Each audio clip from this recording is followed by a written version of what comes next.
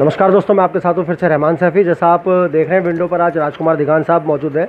All municipal corporation staff union के दिल्ली प्रदेश के अध्यक्ष के रूप में आप सब जानते हैं, और साथ साथ दिल्ली कोर कमेटी के एक बहुत बड़े पद पर विराजमान है। हमेशा कर्मचारियों के हक की बात करते हैं, और आज भी कुछ ऐसा ही मसला लेकर हम आपके सामने इस बात को लेकर आए हैं। अभी जैसे आपने देखा कि एक वार्ड में इंस्पेक्टर की जहाँ पे पीटने की घटना हुई, वहाँ पे कर्मचारी की मृत्यु हुई, उसकी वजह से वो घटना हुई, तो उसी के ऊपर बात करेंगे, क्योंकि उसके परिवार के गुजर बसर का सवाल है। दिगान साहब, सबसे पहले मेरा सवाल आपसे यही है, जिस तरह से वो कर्मचारी की मृत्यु हुई है, क्या उसके परिवार को अब नौकरी मिलेगी? आप लोग किस तरह का उसमें रणनीति बनाएंगे कि उसको जल्दी से जल्दी उसके परिवार को नौकरी मिल सके और उनका गुजर बसर हो सके? धन्यवाद सैफी साहब। आपके चैनल के माध्यम से सर्वप्रथम मैं देशवासियों को स्वतंत्रता दिवस की हार्दिक शुभकामनाएं देता हूं। All municipal corporation staff union का प्रदेश अध्यक्ष होने के नाते व अखिल भारतीय वाल्मीकि सभा का प्रदेश अध्यक्ष होने के नाते मैं सभी देशवासियों को आज 15 अगस्त स्वतंत्रता दिवस की बहुत बहुत शुभकामना देता हूं। अभी आपने प्रश्न किया, और बहुत लाजमी है ये प्रश्न, कि संजय स्वरूप महावीर जो कि क्षेत्र संख्या 234 में एक सफाई कर्मचारी के पद पर कार्यरत थे। बड़े दुख के साथ कहना पड़ रहा है कि चाहे कोरोना का मामला हो, चाहे ये हार्ट अटैक के घटना हो, आज कर्मचारी किस प्रकार से मर रहा है, कुछ ये समझ में नहीं आ रहा कि घर में परिवार में एक नौकरी और वही ख़त्म हो रही है, नौकरी के साथ साथ इंसान भी ख़त्म हो गया है। लेकिन आपके चैनल के माध्यम से मैं आप बताना चाहता हूँ आपको कि all municipal corporation staff union व दिल्ली नगर निगम कोर कमेटी ये प्रयास करेगी कि उसके आश्रित को, उसकी विडो को या उसके बेटे को हम नियमित नौकरी दिलाएं। लेकिन यदि रूल रेगुलेशन की बात करें तो जो कोविड-19 और हार्ट अटैक में बहुत फ़र्क है। मैं स्पष्टवादिता का शिकार हूँ और स्पष्ट कहूँगा, और झूठ बोलना बेकार की बात है, आश्वासन झूठा नहीं देना चाहिए। जो एक निगम का जो रूल है उसमें साफ तौर पर लिखा हुआ है कि यदि किसी भी कर्मचारी की ऑन ड्यूटी मृत्यु होती है तो उसको साथ साथ डेली वेजर नौकरी दी जाए कंपैशनेट ग्राउंड पर। अभी आपने एक प्रकरण सुना होगा, मैं बताना चाहता हूँ। सन 2010 में विवेक विहार में दोनों बाप बेटे एक साइकिल पर जा रहे थे, एक डंपर ने उनको ऑन द स्पॉट कुचल दिया। तो उस दौरान मैं राष्ट्रीय सफाई मजदूर कांग्रेस इंटक का पूर्व दिल्ली अध्यक्ष होता था, तो हमने ऑन द स्पॉट वहीं एक रेगुलर नौकरी ना दिलाकर डेली वेजर नौकरी के जो आदेश हुए उसमें आज तक भी उसके आश्रित वो नौकरी कर रहे हैं, उसकी विधवा नौकरी कर रही है। क्योंकि निगम ये कहती है कि जो उसकी आरआर है, जो एंडम में लिखा है, वो ये लिखा है कि यदि कर्मचारी मरता है तो उसको रेगुलर नौकरी ना देकर हम उसको डेली वेजर नौकरी दें ताकि उसके बच्चों को गुजर बसर हो जाए। आपने जिस तरह से जवाब दिया, एक बहुत बड़ा जवाब, एक सवाल भी है मेरा इसी को लेकर। जिस तरह से आपने कोविड-19 की बात की, उसमें 1 करोड़ की राशि जो नियुक्त की गई है, अभी तक काफ़ी लोग उससे वंचित हैं। और ख़ास तौर पे मैं एमसीडी न्यूज़ चलाता हूँ तो एमसीडी की बात करूँगा। सफाई कर्मचारी अभी तक इंतज़ार कर रहे हैं उस नौकरी का जो उनको मिलनी थी, उनके परिवारजनों के जिनकी मृत्यु हुई है कोविड-19 से, और वो 1 करोड़ की राशि जो उनके गुजर बसर के लिए, उनके परिवार के लिए देनी थी सरकार को, अभी तक नहीं मिल पाई है। क्या बताएं? देखिए शैफी साहब, आपने बहुत अच्छा प्रश्न किया है, और मुझे भी इस बात का दुख है कि जो लोग इस कोविड-19 में जिनकी मृत्यु हुई है, एक तो वो इंसान ख़त्म हुआ, उसकी नौकरी ख़त्म हुई, और उसके परिवार का जो लालन पालन है वो किस प्रकार होगा, ये सोचने का विषय है। लेकिन मैं फिर भी आपको एक बात बताना चाहता हूँ कि आपने सुना होगा विनोद सोनोफरलाल, जो कि दक्षिणी दिल्ली कॉरपोरेशन में कार्यरत थे। उनको हमने एक पक्की नौकरी और 10 लाख रुपए का चेक दक्षिणी दिल्ली कब, जो पैसे अभी तक मिले नहीं है?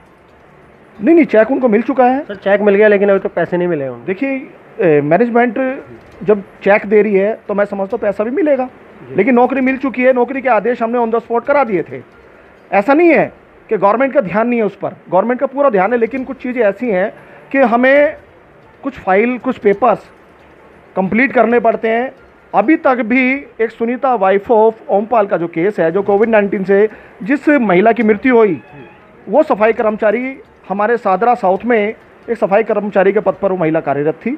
मैं बताना चाहता हूँ कि एक ऐसे आदेश निकले सीएम द्वारा, हमारे जो दिल्ली के मुख्यमंत्री माननीय श्री अरविंद केजरीवाल साहब, उन्होंने एक आदेश निकाले कि जो कोविड-19 से जिन कर्मचारियों की मृत्यु होगी दिल्ली सरकार उनको 1 करोड़ रुपए देगी, लेकिन उसकी कुछ कंडीशंस भी है। शायद कुछ लोग वो बता नहीं पा रहे हैं या बताना नहीं चाहते। मेरी हाल ही में दिल्ली के कैबिनेट मंत्री माननीय श्री राजेंद्र पाल गौतम से बैठक हुई। दिल्ली विधानसभा के स्पीकर माननीय श्री हमारे गोयल साहब से मीटिंग हुई। आपने देखा भी होगा, वीडियो मैंने वायरल किया है। उन्होंने साफ तौर पर कहा है कि जिन कोविड-19 से जिन कर्मचारियों की मृत्यु हुई उनको 1 करोड़ रुपए मिलेगा, लेकिन उसकी कुछ शर्तें हैं। एक तो आपने ऑर्डर पढ़े होंगे, उसमें लिखा है सीएम द्वारा कि जो कर्मचारी डिप्लॉय किए जाएंगे, यानी जिन कर्मचारी को मैं कोविड-19 सेंटर में अपॉइंट करूंगा, दिल्ली सरकार अपॉइंट करेगी। आप देखिए ये जो कोविड सेंटर बने हुए हैं उसमें आपके सिविल डिफेंसेस के लोग हैं, नर्सिस हैं, डॉक्टर हैं और बहुत सारे स्टाफ्स हैं।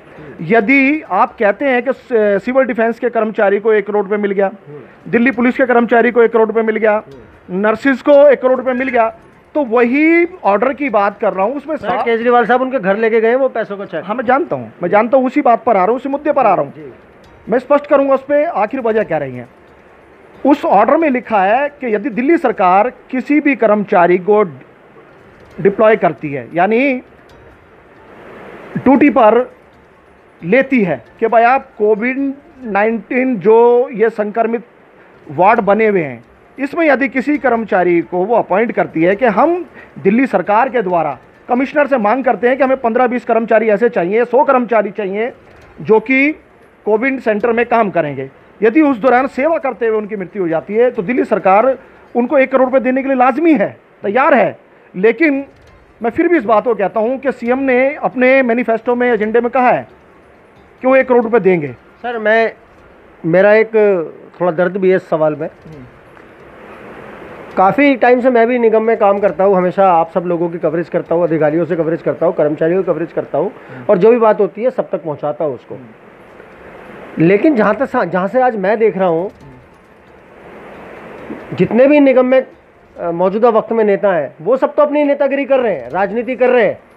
बार बार संगठन बनाए जाते हैं, उसमें काफ़ी सारे पदाधिकारियों को लिया जाता है और फिर कर्मचारियों की मांगों को लेकर बात की जाती है। लेकिन सर, हमेशा से बात ही बात, दिल्ली कोर कमेटी बनी, सिर्फ बातें हुई, कोई काम नहीं हुआ। कर्मचारी आज भी पक्का नहीं हुआ। कर्मचारी को जो उसका एरिया मिलना था वो आज भी नहीं मिला। कर्मचारी को जो उसका डीओ मिलना था, जो भी इसकी जो सुविधाएं थी, मूलभूत सुविधाएं थी, वो अभी तक नहीं मिली। आज जहाँ तक मेरा मानना है, निगम में अगर मैं आज गिनती करूँगा तो सैकड़ों की संख्या में नेता है। हर वार्ड का अपना एक नया नेता है, हर वार्ड का एक पुराना नेता है। लेकिन इन सब नेता के बाद होने के बाद भी, इतनी सारी तमाम संगठन होने के बावजूद भी किसी भी वार्ड में किसी भी कर्मचारी को निगम प्रशासन से कोई भी सुविधा दिलाने में सभी नाकामयाब है। क्या रोशनी डालेंगे?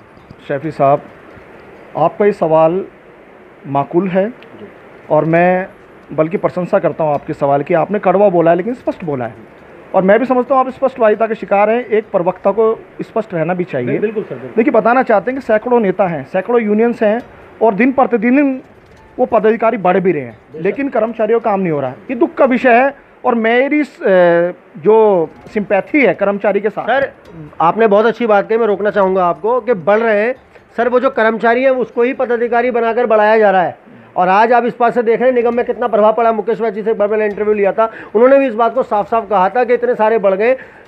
जिस तरह से अगर ये बात सच है कि निगम पार्षदों के अधिकारियों, आला अधिकारियों के यहाँ पे अगर कर्मचारी को लगाया जाता है और वार्डों में उनकी कमी आ रही है, तो यूनियनों में भी लगाकर उसकी कमी आ रही है वहाँ पर। देखिए, मैं समझता हूँ और मैं आपकी बात से मुखातिब हूँ। होता क्या है कि जैसे कि आपने अभी कोर कमेटी का जिक्र करा और यूनियंस का भी जिक्र करा, इलेक्टेड यूनियन का भी जिक्र करा कि भाई अभी तक निगम कर्मचारी को रेगुलाइजेशन नहीं हुआ, उनको एरियर नहीं मिला, उनको मेडिकल कैशलेस कार्ड नहीं मिले और बहुत सारी उनकी जो ज्वलनशील समस्याएं, आपने बहुत सभी का जिक्र करा। लेकिन मैं बताना चाहता हूँ आखिर इसका जिम्मेदार कौन है।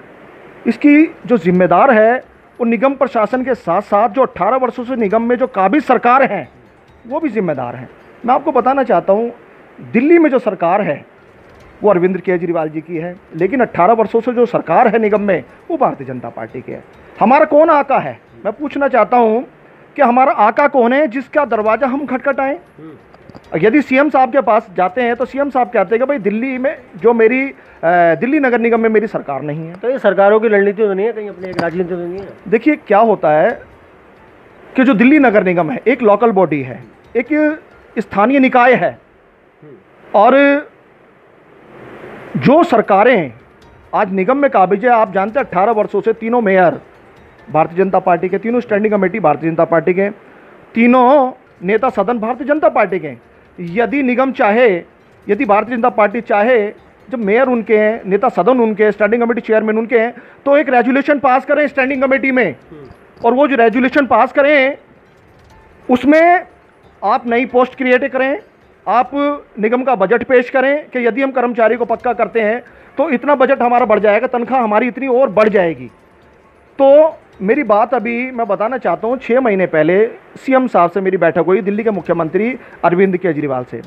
मैंने सर एक बात बताई, जब विधानसभा में सभी विधायक आपके हैं, सरकार आपकी है और निगम को फंड भी आप देते हैं, तो फिर आप कर्मचारियों को पक्का क्यों नहीं करना चाहते? जबकि आपने अपने चुनावी मैनिफेस्टो में कहा कि मैं दिल्ली में से अनुबंध प्रथा को ख़त्म करूंगा, ठेकेदारी को ख़त्म करूंगा और जितने भी सफाई कर्मचारी हैं उनको पक्का करूंगा। फिर आप अपने वायदे से क्यों मुँह करते हैं? कर्मचारियों का नियमितीकरण होने की बात तो बराबर चल रही है, अब दोबारा सुनने में आ गई है कि दोबारा उनका नियमितीकरण होगा या होने वाला है। देखिए मैं आपको बताना चाहता हूँ, ये खरीद फरोख्त चल गया है इसमें। आज जितने भी अधिकारी हैं केवल इस बात को कहते हैं अपनी फाइल पुटअप कराएं, अपनी फाइल कंप्लीट कराएं, अपने वाउचर वेरीफाइड कराएं, आप जितने भी आपके मस्टोल हैं वो वेरीफाइड कराएं। एक उसके साथ साथ क्या तिजारत हो रही है आप जानती नहीं है? उसके साथ साथ आज कर्मचारी से 50-50 हज़ार रुपए ऐंठे जा रहे हैं, ये कहकर के आपको पक्का किया जा रहा है। मैं पूछना चाहता हूँ किस आधार पर निगम पक्का करना चाहती है? कितनी पोस्टें हमारे पास हैं? कौन सा रेजुलेशन निगम से पास हुआ है? या हमारा जो फाइनेंस है, हमारा जो पैसे का मामला है, हमारी तनख्वाह समय पर मिल नहीं पा रही है, हम कर्मचारी को पक्का किस आधार पर करने जा रहे हैं? पक्का करने के बाद बहुत दूर की 89 डेज का बोर्ड नहीं बैठा है। आज एक साल के, तकरीबन 1 साल का टाइम हो गया इस बात। देखिए कंपैशनेट ग्राउंड का जो बोर्ड है, मैं आपको बताना चाहता हूँ, अभी 4 वर्ष पहले या 5 वर्ष पहले 3 महीने के अंदर बोर्ड बैठा लिया जाता था। जब से ये प्राइवेट ALW आए हैं, मैं नहीं समझता कि ये लोग काम कर रहे हैं, बल्कि इसमें भी तिजारत हो रही है, इसमें भी खरीद फरोख्त हो रही है, खूने रिश्वत का आधार बन गया है। 89 डेज सैंक्शन के लिए भी ये लोग 10-10 हज़ार रुपये ले रहे हैं, 20-20 हज़ार रुपये ले रहे हैं, और देने वाले देते हैं। जितना गुनाहगार आज अधिकारी है उतना ही गुनाहगार आज कर्मचारी है। ये लोग पहल करते हैं पैसे देने की और ये कहते हैं पिक एंड चूज, यानी हमारे से पैसे लो, हमें 89 डेज की सैंक्शन दो। हम 89 डेज की सैंक्शन क्यों लें? मेरे पिता की नौकरी है, मेरी माँ की नौकरी है या मेरे पति की नौकरी है, उसका मेरा अधिकार है कि वो मुझे मिले और निस्वार्थ मिले, बगैर पैसे के मिले। लेकिन आज निगम में जो भ्रष्टाचार का जो मामला है, मेरे संस्थापक बोलते हैं मुकेश वैद्य जी कि निगम में भ्रष्टाचार है, तो मैं इस बात को एक्सेप्ट करता हूं कि भ्रष्टाचार है, क्योंकि आज हर चीज पैसे से तौली जा रही है। सर अगर यही बात है भ्रष्टाचार की, तो मुकेश वैद्य जी को निगम ने उसका इनाम दिया है, उनको सस्पेंड करते आज तकरीबन 8 महीने से ज़्यादा का समय हो गया, आपकी यूनियन उनको बहाल नहीं करा पाई है। आप नहीं सर, कोई भी, मैं ये देखता हूँ कि ये सरासर अन्याय है निगम का। एक अगर वो ASI हैं, अपने पद पर विराजमान है, अपना काम को ईमानदारी से कर रहे हैं, अगर वो आज कर्मचारियों के हक की आवाज़ उठा रहे हैं तो उनको सस्पेंड कर दिया जाता है। देखिए दूसरा सर, यहाँ पर अगर वो भ्रष्टाचार की आवाज़ उठाते हैं तो अभी निगम प्रशासन के एक अधिकारी ने उनको एक इस तरह की धमकी दी है कि उनको पुलिस की मदद लेनी पड़ी, उसके पुलिस को उन्होंने कंप्लेंट दर्ज कराई, अधिकारियों को कंप्लेंट दर्ज कराई। तो मतलब एक ऐसे व्यक्ति के लिए ये बात है जो भ्रष्टाचार के खिलाफ आवाज़ उठा रहा है। तो ऐसे सर बहुत सारे हैं, फिर भी सारी यूनियन ने कुछ नहीं कर पा रहे। जी, बारिश की पहली बूंद को फना होना पड़ता है। मुकेश वैद्य जी ने अपनी नौकरी की कुर्बानी दी, किसके लिए? समाज के लिए।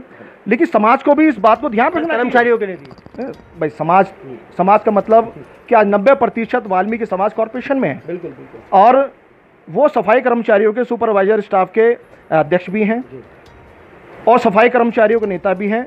तो मैंने फिर दोबारा दोहराता हूँ कि बारिश की पहली बूंद को फना होना पड़ता है, और ये कुर्बानी है जो सफाई कर्मचारियों के प्रति मुकेश वैद्य जी की है। मैं सैल्यूट करता हूं उनकी इस कुर्बानी के लिए। लेकिन मुकेश वैद्य जी किसी नौकरी के मोहताज नहीं है, मुकेश वैद्य जी नाम के मोहताज हैं।